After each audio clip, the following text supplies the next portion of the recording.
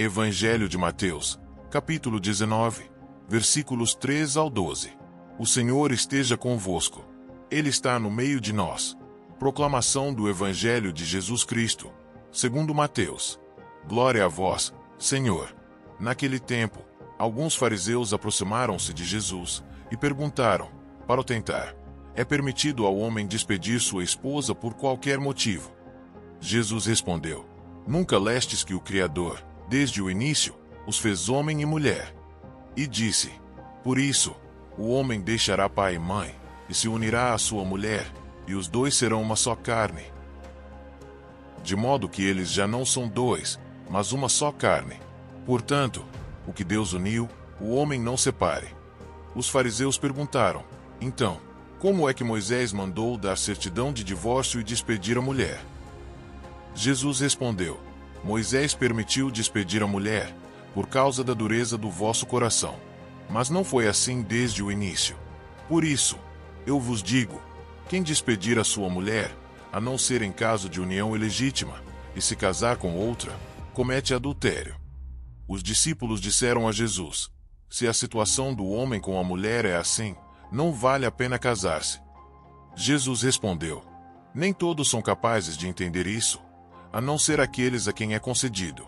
Com efeito, existem homens incapazes para o casamento, porque nasceram assim; outros, porque os homens assim os fizeram; outros, ainda, se fizeram incapazes disso por causa do reino dos céus. Quem puder entender, entenda. Palavra da salvação. Glória a vós, Senhor. Reflexão. O Evangelho de Mateus nos convida a refletir sobre o verdadeiro sentido do matrimônio à luz do projeto original de Deus, ao mesmo tempo em que confronta as fragilidades humanas e as escolhas radicais por causa do reino dos céus. O texto começa com uma pergunta maliciosa dos fariseus, que procuram testar Jesus: é permitido ao homem despedir sua esposa por qualquer motivo? Uma provocação baseada na prática comum da época, em que o homem podia se separar da esposa por razões banais, segundo interpretações mais permissivas da lei de Moisés. Jesus, porém, não entra no jogo jurídico ou moralista. Em vez de discutir o que é permitido, ele resgata o fundamento, o plano original de Deus para o ser humano. Ele responde com a Escritura, lembrando o que está no Gênesis: o Criador, desde o início, os fez homem e mulher, os dois serão uma só carne. Jesus devolve o olhar ao início, às origens, ao desígnio divino do amor como comunhão e unidade. O casamento, nesse contexto, não é um contrato social que pode ser desfeito conforme conveniências, mas uma união sagrada, uma fusão de vidas, selada por Deus.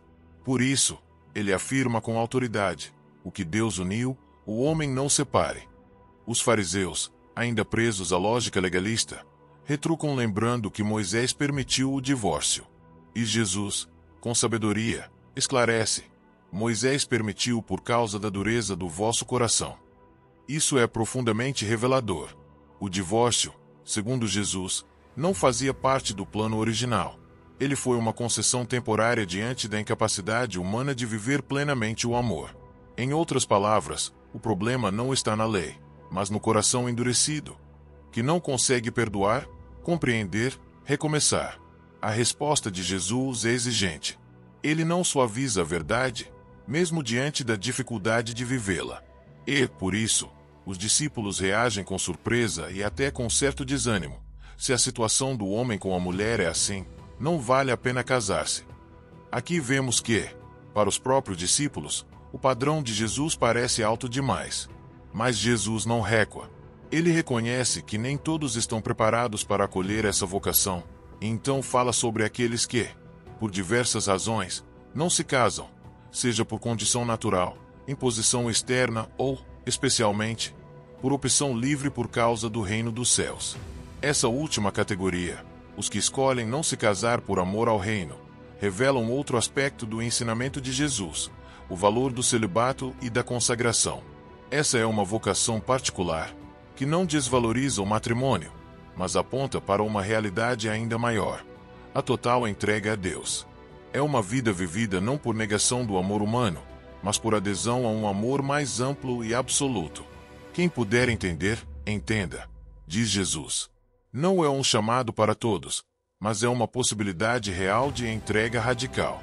Essa passagem, portanto, não é apenas uma defesa do matrimônio indissolúvel, mas uma revelação do amor segundo Deus.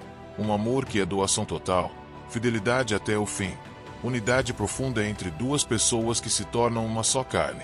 Ao mesmo tempo, é também uma crítica à mentalidade utilitarista que transforma o outro em objeto descartável quando já não satisfaz ou quando surgem dificuldades.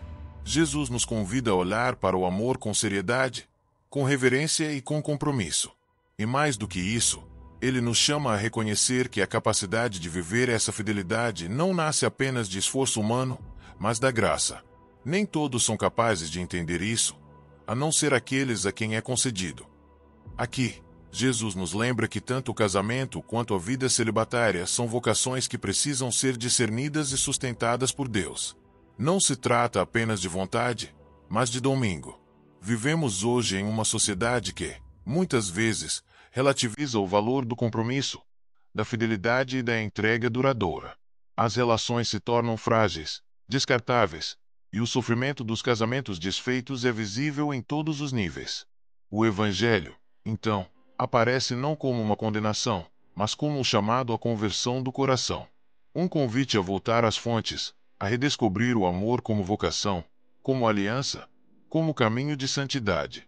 Para quem é casado, essa palavra é um chamado à renovação do compromisso, à busca constante de reconciliação e de crescimento no amor. Para quem ainda discerne sua vocação, é um alerta para que o casamento não seja visto como fuga da solidão ou simples realização pessoal, mas como missão sagrada. E para quem escolhe o celibato por causa do reino, é uma confirmação de que essa entrega total tem um valor imenso aos olhos de Deus.